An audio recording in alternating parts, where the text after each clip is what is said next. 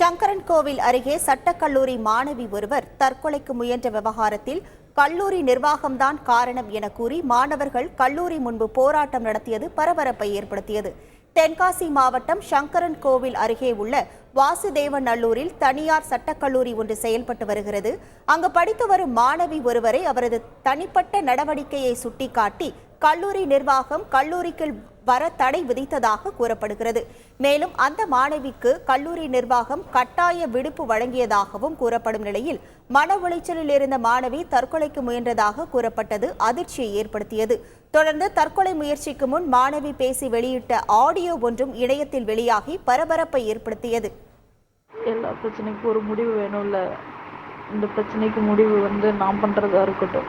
Management இதுக்கு கண்டிப்பா பதில் சொல்லணும்.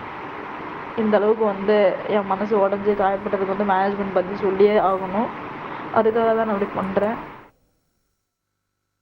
புளியங்குடியில் உள்ள தனியார் மருத்துவமனையில் மாணவி சிகிச்சை பெற்று வரும் நிலையில் மாணவியின் இந்த நிலைக்கு கல்லூரி நிர்வாகம்தான் காரணம் என கூறி சட்டக்கல்லூரி மாணவர்கள் கல்லூரி முன்பு போராட்டத்தில் ஈடுபட்டது பெரும் பரபரப்பை ஏற்படுத்திய நிலையில் சம்பவ இடத்திற்கு வந்த போலீசார் மாணவர்களிடம் பேச்சுவார்த்தை நடத்தினர்.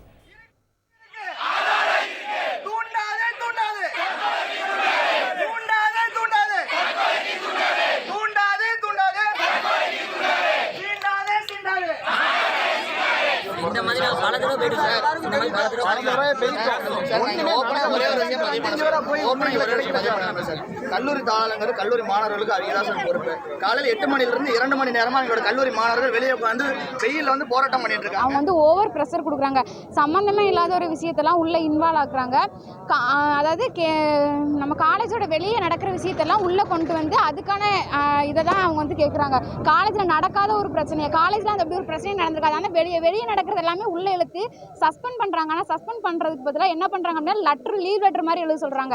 லீவ் லெட்டர் மாதிரி 10 days எனக்கு லீவ் வேணும் அப்படிங்கிற மாதிரி தான் எழுத சொல்கிறாங்க. அந்த அக்காவுக்கு இப்போ வரைக்கும் ஹாஸ்பிட்டலில் போய் யாருமே பார்க்கல.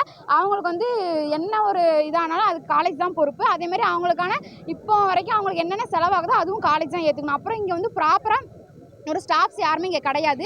ஸ்டாஃப்ஸ் இல்லை அப்படின்னா ஒரு செக்கிங் வராங்க அப்படின்னா அந்த ஸ்டாஃப்ஸ் எல்லாம் கடன்னு ரெடி பண்ணிடுறாங்க. போலீஸ் ஸ்டாஃப்ஸை 19 பேர் ஒரு லிஸ்ட் இருக்குது.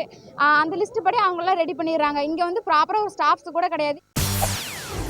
செய்திகளை உடனுக்குடன் தெரிந்து கொள்ள உடனே சப்ஸ்கிரைப் பண்ணுங்க.